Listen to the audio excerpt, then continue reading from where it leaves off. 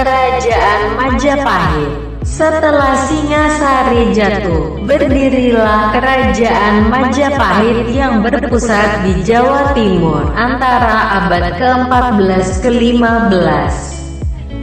Berdirinya kerajaan ini sebenarnya sudah direncanakan oleh Kertaraja Sajayawardhana Raden Wijaya. Ia mempunyai tugas untuk melanjutkan kemegahan Singasari yang saat itu sudah hampir runtuh. Saat itu dengan dibantu oleh Aryawira Raja, seorang penguasa Madura, Raden Wijaya membuka hutan di wilayah yang disebut dalam kitab para raton sebagai hutannya orang Tarik. Desa itu dinamai Majapahit, yang namanya diambil dari buah maja dan rasa pahit dari buah tersebut. Ketika pasukan Mongol tiba, Raden Wijaya bersekutu dengan pasukan Mongol untuk bertempur melawan Jayakatwang. Setelah berhasil menjatuhkan Jayakatwang, Raden Wijaya berbalik menyerang pasukan Mongol sehingga memaksa mereka menarik pulang kembali pasukannya.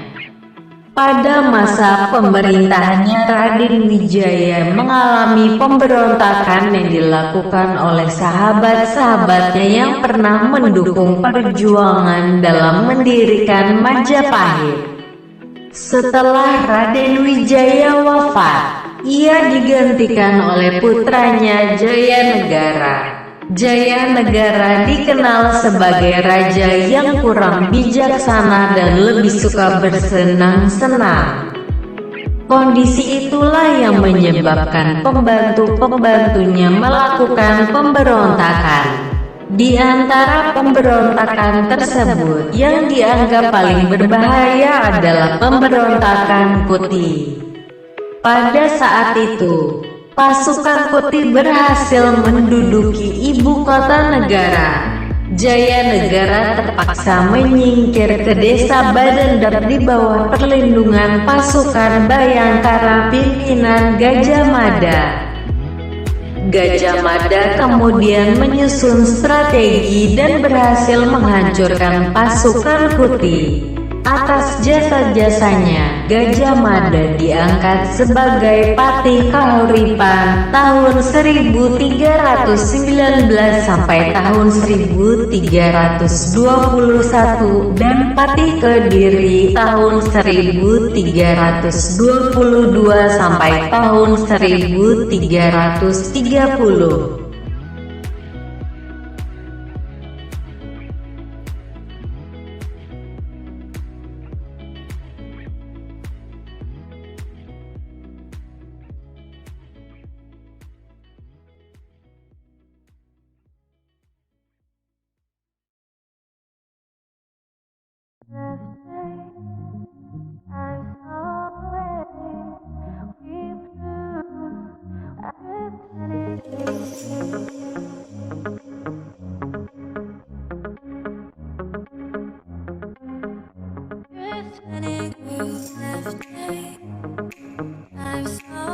Kerajaan Majapahit penuh dengan intrik politik dari dalam kerajaan itu sendiri. Kondisi yang sama juga terjadi menjelang keruntuhan Majapahit. Masa pemerintahan Tribhuwana Tunggadewi Jayawisnuwardhani adalah pembentuk kemegahan kerajaan. Tribhuwana berkuasa di Majapahit sampai kematian ibunya pada tahun 1350. Ia diteruskan oleh putranya, Hayam Wuruk. Pada masa Hayam Wuruk itulah Majapahit berada di puncak kejayaannya. Hayam Wuruk disebut juga Raja Sanagara. Ia memerintah Majapahit dari tahun 1350 hingga 1389.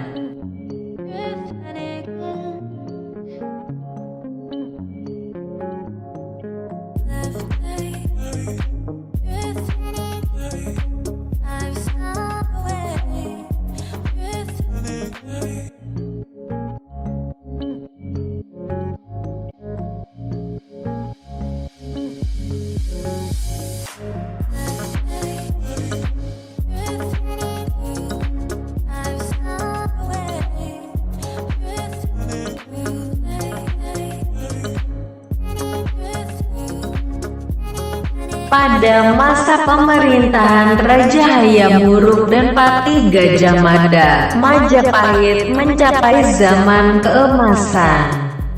Wilayah kekuasaan Majapahit sangat luas, bahkan melebihi luas wilayah Republik Indonesia sekarang.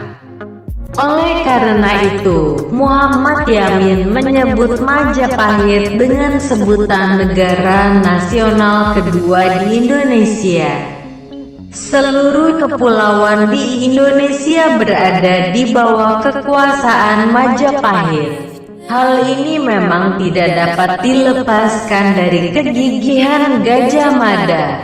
Sumpah Palapa ternyata benar-benar dilaksanakan. Dalam melaksanakan cita-citanya, Gajah Mada didukung oleh beberapa tokoh, misalnya Aditya Warman dan Laksamana Nala.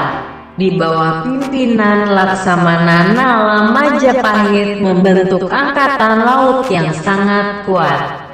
Tugas utamanya adalah mengawasi seluruh perairan yang ada di Nusantara.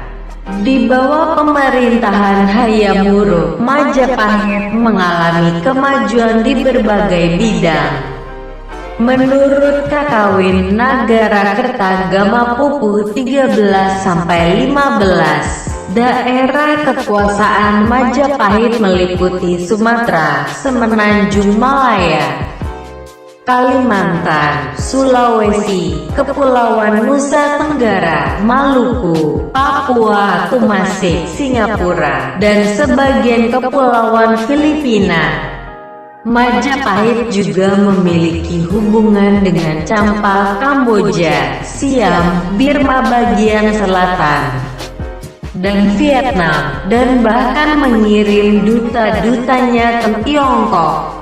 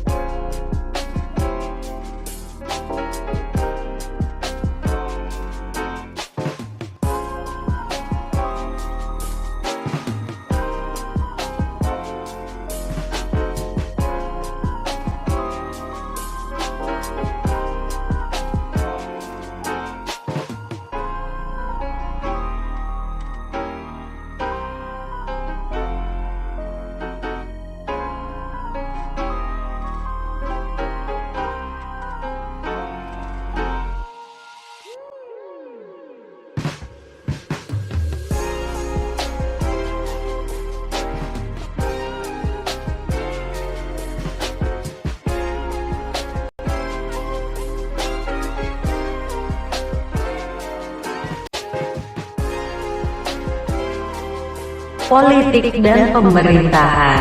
Majapahit telah mengembangkan sistem pemerintahan yang teratur. Raja memegang kekuasaan tertinggi dalam melaksanakan pemerintahan. Raja dibantu oleh berbagai badan atau pejabat berikut. 1. Rakrian Mahamantri Katrini, dijabat oleh para putra raja, terdiri atas Rakrian Yahino, Rakrian Isirikan, dan Rakrian Ihalu. 2. Dewan Pelaksana terdiri atas Rakrian Mapati atau Patih Mangkabumi, Rakrian Tumenggung, Rakrian Demung, Rakrian Rangga, dan Rakrian Kanuruhan. Kelima pejabat ini dikenal sebagai Sang Pancaring Wilwatika. Di antara kelima pejabat itu Rakrian Mapati atau Patih Mangkubumi merupakan pejabat yang paling penting. Ia menduduki tempat sebagai Perdana Menteri. Bersama-sama Raja, ia menjalankan kebijaksanaan pemerintahan. Selain itu terdapat pula Dewan Pertimbangan yang disebut dengan Batara Sabta Prabu. Struktur tersebut ada di pemerintah pusat. Di setiap daerah yang berada di bawah raja-raja, dibuatkan pula struktur yang mirip.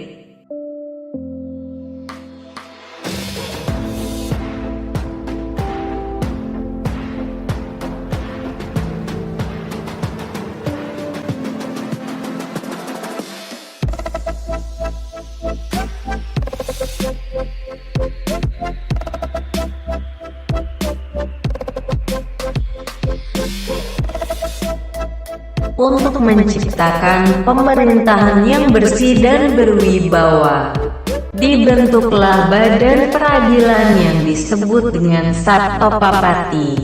Selain itu disusun pula kitab hukum oleh Gajah Mada yang disebut Kitab Utara Manawa. Gajah Mada memang seorang negarawan yang mumpuni. Ia memahami pemerintahan, strategi perang dan hukum. Untuk mengatur kehidupan beragama dibentuk badan atau pejabat yang disebut Dharmadiyaksa. Dharmadiyaksa adalah pejabat tinggi kerajaan yang khusus menangani persoalan keagamaan. Di Majapahit dikenal ada dua Dharmadiyaksa sebagai berikut. 1. Dharmadiyaksa Ringkasaiwan, mengurusi agama Shiva, Hindu. 2. Dharmadiyaksa Ringkasogatan, mengurusi agama Buddha. Dalam menjalankan tugas, masing-masing Dharmadiyaksa dibantu oleh pejabat keagamaan yang diberi sebutan Sang Pamegat.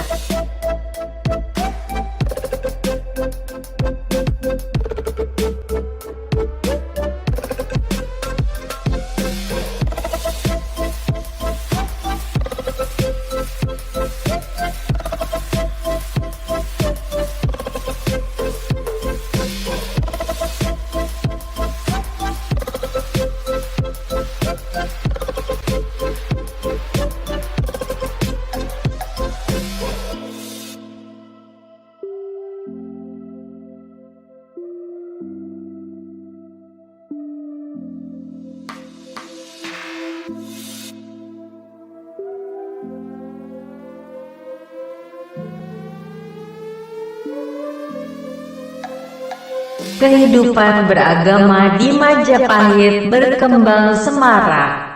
Pemeluk yang beragama Hindu maupun Buddha saling bersatu. Pada masa itu pun sudah dikenal semboyan Bhinneka Tunggal Ika, artinya sekalipun berbeda-beda baik Hindu maupun Buddha pada hakikat adalah satu jua. Kemudian secara umum kita artikan berbeda-beda akhirnya satu jua berkat kepemimpinan Hayam Wuruk dan Gajah Mada. Kehidupan politik dan stabilitas nasional Majapahit terjamin. Hal ini disebabkan pula karena kekuatan tentara Majapahit dan angkatan lautnya sehingga semua perairan nasional dapat diawasi. Majapahit juga menjalin hubungan dengan kerajaan lain. Hubungan dengan Siam, Birma, Kamboja, Annam, India, dan Cina berlangsung dengan baik. Dalam membina hubungan dengan luar negeri, Majapahit mengenal motto Mitra Kasatata, artinya negara sahabat.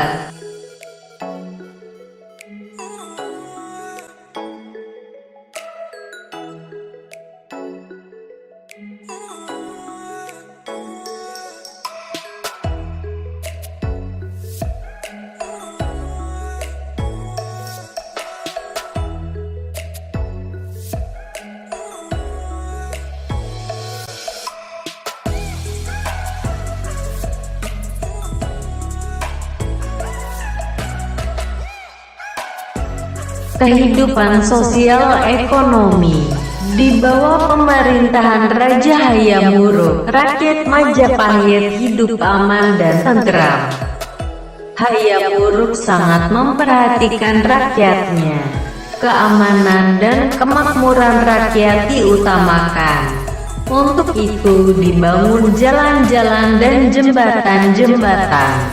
Dengan demikian lalu lintas menjadi lancar. Hal ini mendukung kegiatan keamanan dan kegiatan perekonomian, terutama perdagangan. Lalu lintas perdagangan yang paling penting melalui sungai. Misalnya, Sungai Bengawan Solo dan Sungai Brantas. Akibatnya desa-desa di tepi sungai dan yang berada di muara serta di tepi pantai berkembang menjadi pusat-pusat perdagangan. Hal itu menyebabkan terjadinya arus bolak-balik para pedagang yang menjajakan barang dagangannya dari daerah pantai atau muara ke pedalaman atau sebaliknya.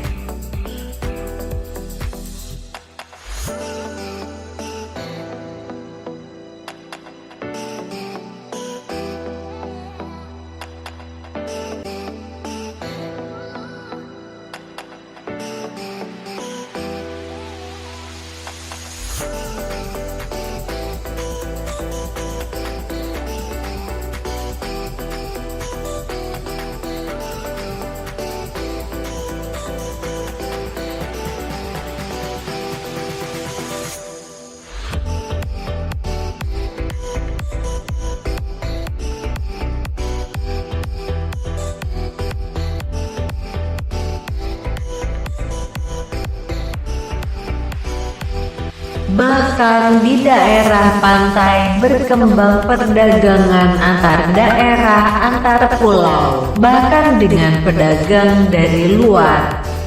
Kemudian timbullah kota-kota pelabuhan sebagai pusat pelayaran dan perdagangan.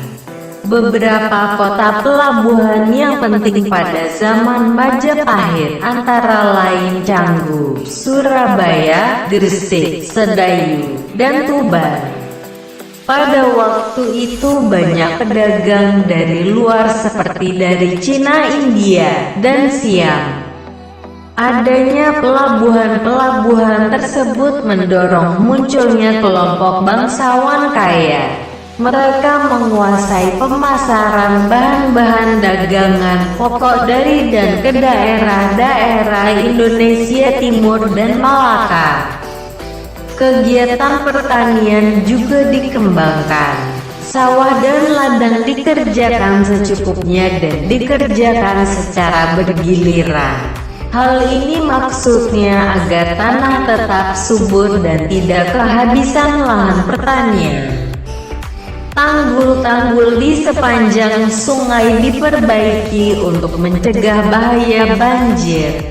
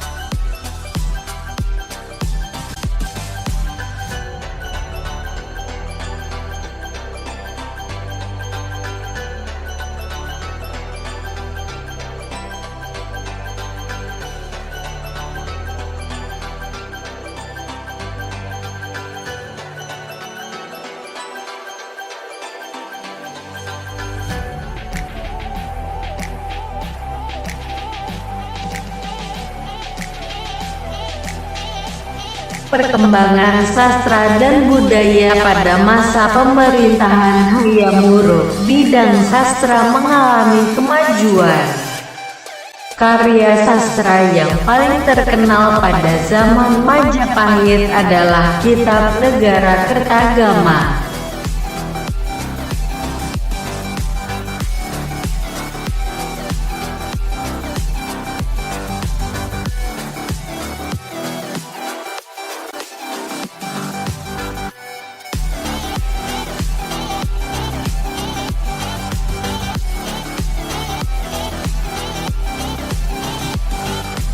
Kitab ini ditulis oleh Mpu Prapanca pada tahun 1365. Di samping menunjukkan kemajuan di bidang sastra, Negara Kertagama juga merupakan sumber sejarah Majapahit. Kitab lain yang penting adalah Sutasoma. Kitab ini disusun oleh Mpu Tantular. Kitab Sutasoma memuat kata-kata yang sekarang menjadi semboyan negara Indonesia, yakni Bhinneka Tunggal Ika. Di samping itu, Mpu Tantular juga menulis Kitab Arjuna Wiwaha, artinya, Dewa Buddha tidak berbeda dengan Siwa, Mahadewa di antara dewa-dewa.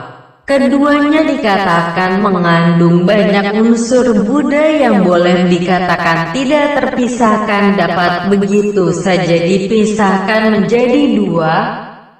Jiwa Jina dan jiwa Siwa adalah satu, dalam hukum tidak terdapat dualisme. Bidang seni bangunan juga berkembang.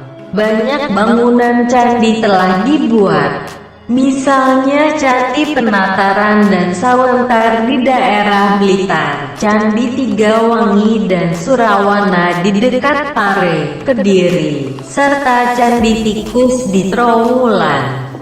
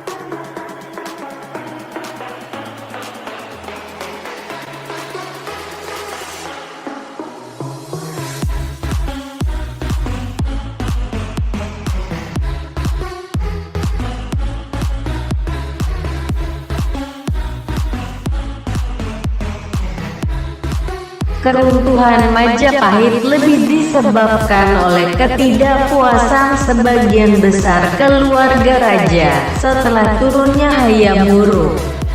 Perang Paregreg telah melemahkan unsur-unsur kejayaan Majapahit. Meskipun peperangan berakhir, Majapahit terus mengalami kelemahan karena raja yang berkuasa tidak mampu lagi mengembalikan kejayaannya. Unsur lain yang menyebabkan runtuhnya Majapahit adalah semakin meluasnya pengaruh Islam pada saat itu. Kemajuan peradaban Majapahit itu tidak hilang dengan runtuhnya kerajaan itu. Pencapaian itu terus dipertahankan hingga masa perkembangan Islam di Jawa. Peninggalan peradaban Majapahit juga dapat kita saksikan pada perkembangan lingkup kebudayaan Bali pada saat ini. Kebudayaan yang masih dikembangkan hingga masa Islam adalah cerita wayang yang berasal dari Apos India, yaitu Mahabharata dan Ramayana, serta kisah asmara Raden Panji dengan Sekartaji, Galuh Candrakirana. Selain itu dapat kita saksikan juga pada unsur arsitekturnya bentuk atap tumpang, seni ukir sulur-suluran dan tanaman belata, senjata keris, lokasi keramat, dan masih banyak lagi.